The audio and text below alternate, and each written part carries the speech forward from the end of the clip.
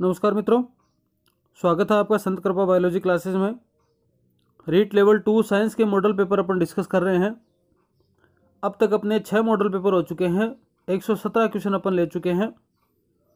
अगले क्रम में अपन चलते हैं 118वें क्वेश्चन पे। 2 या 3 मॉडल पेपर और होंगे जिसमें अपन 6 क्लास को पूरा कर देंगे। उसके बाद अपन 7th क्लास को चलेंगे। अभी अपन ने RBSE ले रखा है, इसी मॉडल पेपर में शुरू हो जाएगा NCERT क्लास 6 का। अभी 6th क्लास ले रखा है अपन ने, आगे भी इसी तरह से कंटिन्यू करेंगे। क्वेश्चन को देखें आप। प्राकृतिक चुंबक की खोज किस रूप में हुई? देखिए, चुंबक 2 प्रकार की होती हैं, एक तो प्राकृतिक है, एक कृत्रिम है।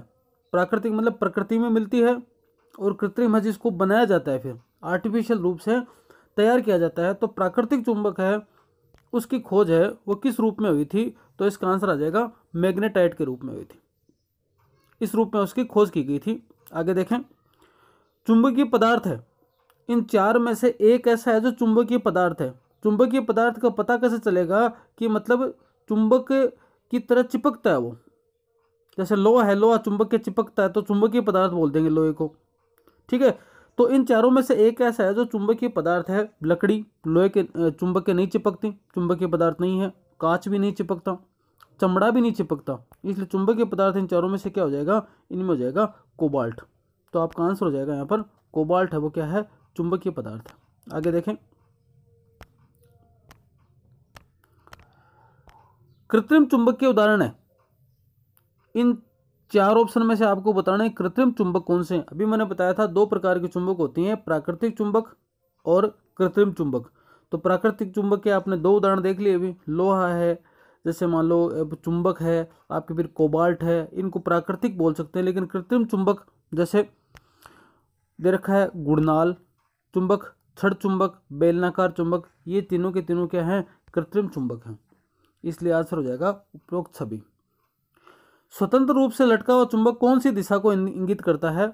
अगर आपने एक चुंबक को स्वतंत्र रूप से किसी स्थान पर लटका दिया तो कौन सी दिशा बताएगा ये? तो इसका आंसर आ जाएगा, क्या बताता है? नॉर्थ साउथ, उत्तर दक्षिण या दक्षिण उत्तर दिशा बताता है। तो यहाँ पर आंसर हो जाएगा ए, उत्तर व दक्षिण। आगे देखो, चुंबक पे अपन चुंबक का डायग्राम भी बनाते थे, तो लिखा भी होता है NS। कंपास होता है, उस पर भी लिखा होता है। तो आप यहाँ याद रखें उत्तर व दक्षिण। किसी चुंबक की अधिकतम आकर्षण क्षमता होती है, तो चुंबक की आकर्षण क्षमता भी कहाँ पर होती है? उसके सिरों पर। सिरे भी जो लिखे होते हैं ना, N और S, उन सिरों पर सबसे ज़्यादा क्या होती है? आकर्षण क्षमता होती है। तो इसका आंसर आ जाएगा सिरों पर। विद्युत क्रेन का उपयोग होता है। 3 ऑप्शन दे रखे हैं, इनमें से विद्युत क्रेन का ऑप्शन उपयोग किस में होता है, या फिर कोई नहीं है? आंसर होगा इसका, तो लोहे की भारी वस्तु अगर आपको उठानी है तो विद्युत क्रेन का उपयोग किया जाता है। तो इसका आंसर आ जाएगा C, लोहे की भारी वस्तुओं को उठाने के लिए विद्युत क्रेन का उपयोग किया जाता है। आगे देखें, चुंबक का उपयोग होता है। चुंबक का उपयोग कब कब किस किस कार्य में कर सकते हैं? दिशा सूचक यंत्र में, बताइए आपको दिशा पता करने के लिए कंपास टाइप होता है कि स्ट्रक्चर, जिसमें आप मतलब जहां जो चुंबक की सुइयां ठहर जाती हैं वो कौन सी दिशा है? उत्तर दक्षिण दिशा है। बाकी कौन सी होगी? उसके विपरीत पूर्व पश्चिम हो गई। स्पीकर में, स्पीकर आप देखते ही हो, है ना, स्पीकर के पीछे बहुत बड़ी सारी चुंबक होती है जो ध्वनि को क्या करता है? आपके विस्तारित करती है, बढ़ाती है। चुंबक में एक प्रयोग, चुंबक का प्रयोग करते हैं स्पीकर में। विद्युत मोटर में, मोटर बनाते हैं, मोटर बांधते हैं, बिजली की जो भी मोटर है, चाहे पंखे की होती है, कूलर की होती है, इन सभी के अंदर क्या होती है? चुंबक होती है। तो आंसर क्या आ जाएगा? इसका आंसर आ जाएगा से द, मतलब उपरोक्त सभी के अंदर। आगे देखें, भारतीय परमाणु विज्ञान का जनक कौन है? भीमराव तो नहीं है, कौन है? डॉक्टर होमी जहांगीर बाबा को बोला जाता है भारतीय परमाणु विज्ञान का जनक। आगे देखें, शिक्षा के क्षेत्र में क्रांति किस वैज्ञानिक उपकरण के से हुई है? अब देखो, शिक्षा के क्षेत्र में चारों काम आते हैं। टीवी भी काम आता है, रेडियो भी काम आता है, कंप्यूटर भी काम आता है, टेप रिकॉर्डर भी काम आता है। लेकिन जब से कंप्यूटर आया तब से शिक्षा के क्षेत्र में एकदम से क्रांति आई है, क्योंकि शिक्षा के क्षेत्र को बहुत बढ़ावा मिला है। आप तरह तरह की फाइल बना सकते हैं, तरह तरह के डॉक्यूमेंट्स तैयार कर सकते हैं, आप ईमेल भेज सकते हैं, और भी बहुत सारे कार्य हैं जो कंप्यूटर के माध्यम से शिक्षा को सरल बना रहे हैं। और वही एक माध्यम है जिसके माध्यम से मैं आपको अभी पढ़ा रहा हूँ। ये भी कहीं ना कहीं कंप्यूटर का ही एक रूप था, अब मोबाइल पे आ गया, ये कंप्यूटर के जैसा ही स्ट्रक्चर है एक तरीके से। तो इसका आंसर क्या आ जाएगा, कंप्यूटर इसका आंसर हो जाएगा। आगे देखें, मिलान करना है आपको।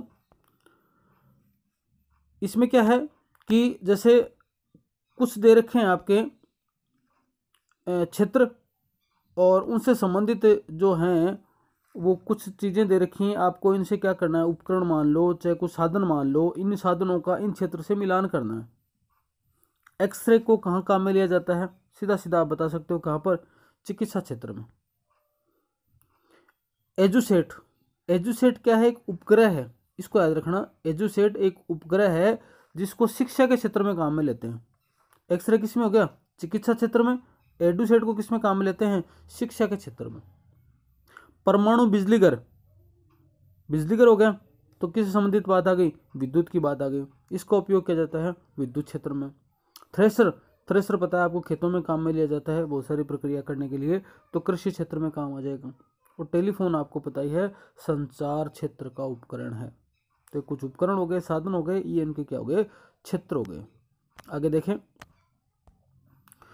अब देखें यहाँ पर 127 क्वेश्चन जो अपने हो चुके हैं, ये सारे के सारे 127 क्वेश्चन है वो आरबीएसई बोर्ड की 6th क्लास बुक से रिलेटेड हैं।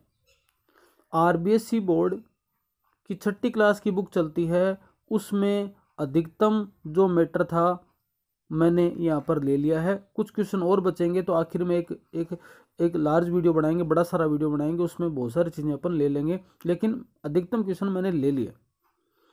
128वें क्वेश्चन से 6वीं क्लास की, 128वें क्वेश्चन से 6th क्लास की क्या हो रही है, एनसीईआरटी शुरू हो रही है।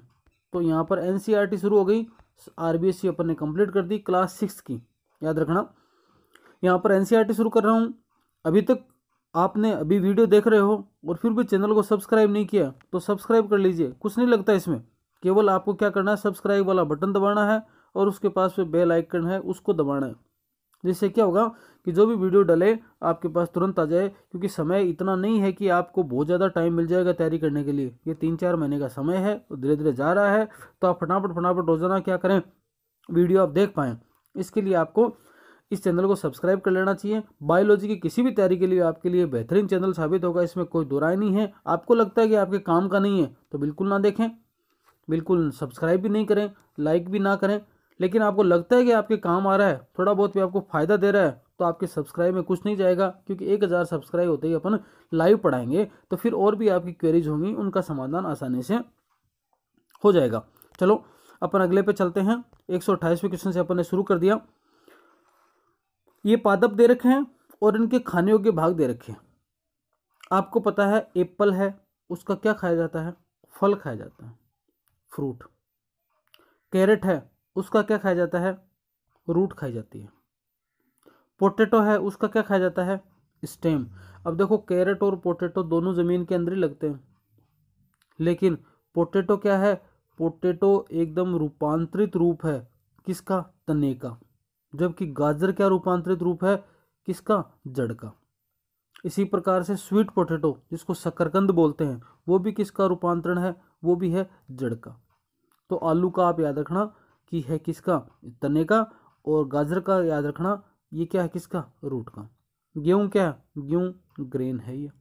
इस तरह से आपका सम्मिलित हो जाएगा। आगे देखें,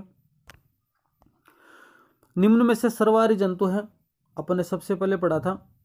जंतु 3 प्रकार के होते हैं भोजन ग्रहण करने के हिसाब से, एक शाकाहारी जो केवल शाक खाते हैं, एक मांसाहारी जो केवल मांस खाते हैं, और एक ऐसे होते हैं जो कि शाकाहारी और मांसाहारी दोनों प्रकार के भोजन का उपयोग कर सकते हैं, उनको बोलते हैं सर्वाहारी, ओमनीवोरस। ऑप्शन दे रखे हैं, घोड़ा, मगरमच्छ, शुतुरमुर्ग, लियोपोर्ड। लियोपोर्ड का घोड़ा हो गया, मगरमच्छ हो गया, शुतुरमुर्ग हो गया, और क्या हो गया, लियोपोर्ड हो गया। ठीक है, तो यहाँ पर आंसर आ जाएगा शुतुरमुर्ग क्या है, घोड़ा है, शाकाहारी है, मगरमच्छ है, मांसाहारी है, लियोपोर्ड क्या है, ये है मांसाहारी। तो शुतुरमुर्ग क्या हो गया, शाकाहारी और मांसाहारी दोनों प्रकार का है ये। ठीक है, आगे देखें, निम्न में से कौन सा उत्तरी भारत का प्रमुख भोजन है। उत्तरी भारत का प्रमुख भोजन है क्या, जो अपन भी खाते हैं गेहूँ, गेहूँ उत्तरी भारत में खूब ज़्यादा मात्रा में खाया जाता है। दक्षिण भारत की बात आती तो आप क्या कर देते, चावल कर सकते थे। आगे देखें, प्रोटीन का कौन सा स्रोत अन्य से भिन्न है?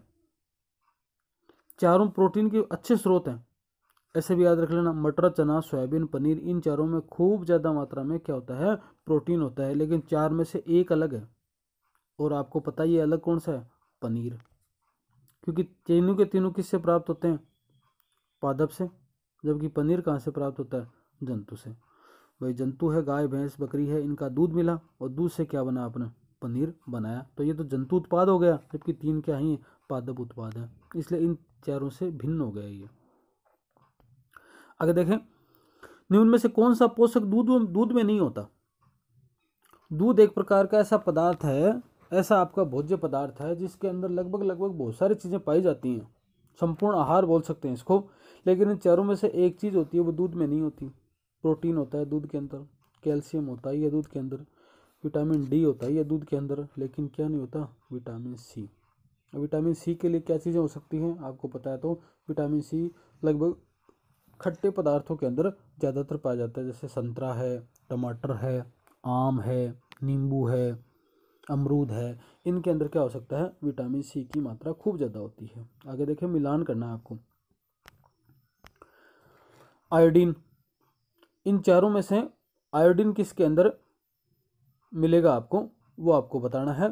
तो आयोडीन का जो स्रोत है वो अदरक है, अदरक के अंदर आयोडीन की मात्रा होती है। आयोडीन खाली नमक में नहीं होता, नमक में तो होता ही होता है, फिश के अंदर भी होता है, पालक के अंदर भी होता है, आपके अदरक के अंदर भी होता है। यहाँ पर ऑप्शन आ जाएगा अदरक। अगला है फॉस्फोरस, फॉस्फोरस की मात्रा आ जाएगी आंसर केला। वैसे फॉस्फोरस केले में भी होता है। फॉस्फोरस आपके एक जो दूध है उसके अंदर भी पाया जाता है, तो दूध भी याद रख सकते हैं यहाँ पर। लो तत्व किस में होंगे, लोहा किस में पाया जाएगा, सेब के अंदर। पालक के अंदर भी होता है ना, और जैसे आपकी नाशपाती होती है उनके अंदर मिलेगा, पर आपके सेब है यहाँ याद रख लेना आप। कैल्शियम तो फिर बच गया क्या, अंडे के अंदर कैल्शियम की मात्रा है, कैल्शियम अंडे में है, दूध में है, इनमें पर्याप्त मात्रा में कैल्शियम होता है। आगे देखें, मिलान करना है, कौन से विटामिन का कौन सा स्रोत है। विटामिन ए कहाँ से मिलेगा आपको, इन सब के में देखा जाए तो पपीते से विटामिन ए मिल जाएगा पर्याप्त मात्रा में। विटामिन बी, विटामिन बी जैसे मान लो कई लीवर वगैरह खाते हैं, मतलब कई मांस वगैरह खाते हैं, तो उसमें से बकरे का उनका जो लीवर होता है उसकी यकृत के अंदर विटामिन बी की मात्रा काफ़ी होती है। खट्टे पदार्थों के अंदर संतरा, टमाटर, सेब, अब संतरा है, टमाटर है, आपके आम है, नींबू है, इनके अंदर क्या होगा, मौसम्बी की खूब मात्रा होगी। मौसम्बी की मात्रा इनके अंदर काफ़ी होती है विटामिन सी की। आगे देखो, विटामिन डी किस में मिलेगा, अंडे के अंदर। अंडे के अंदर पर्याप्त मात्रा में विटामिन डी मिल जाएगा। तो चार आंसर यहाँ पर मैच करते हैं। और लास्ट क्वेश्चन देखें आज का, विटामिन दे रखे हैं और इनसे संबंधित बीमारियां दे रखी हैं। आप सबको पता ही है, ये चार बीमारी तो आपको याद ही रखनी है, भूलना ही नहीं है। ए से आपको याद रखनी है रतौंधी, सबसे पहले आंखों का ही ध्यान रखना है, ऊपर ऊपर आँख है तो आंखों का याद रखना। बी से नाम से पता चल जाएगा, beriberi, B beriberi, B1 berry 1 है ना, B1 दे रखा है ना यहाँ पर, और यहाँ पर बेरी बेरी 2 बार दे रखा है, तो बी से बेरी याद रखना। सी से कौन सी बीमारी, स्कर्वी, नाम से सी स्कर्वी। और डी से कौन सा, रिकेटस। तो ऐसे आपको चार बीमारियां तो ये याद ही रखनी है। ऐसे करके अपने मेरे हिसाब से 2 या 3 वीडियो और बनेंगे, 8, 9, 10 वीडियो तक, जिसमें आपके जो है NCERT कंप्लीट हो जाएगा। मतलब 10 वीडियो अपन लेंगे, 10 वीडियो तक होते होते आपके 6 क्लास को कंप्लीट ले लिया जाएगा। अधिकतम क्वेश्चन उसमें से ले लिए अपन। इन वीडियो के बाहर क्वेश्चन नहीं जाएंगे, आप यकीन मान के चलिए, क्योंकि अपन सारी चीज़ों को ले रहे हैं, एक एक लाइन पढ़ के बना रहा हूँ पेपर।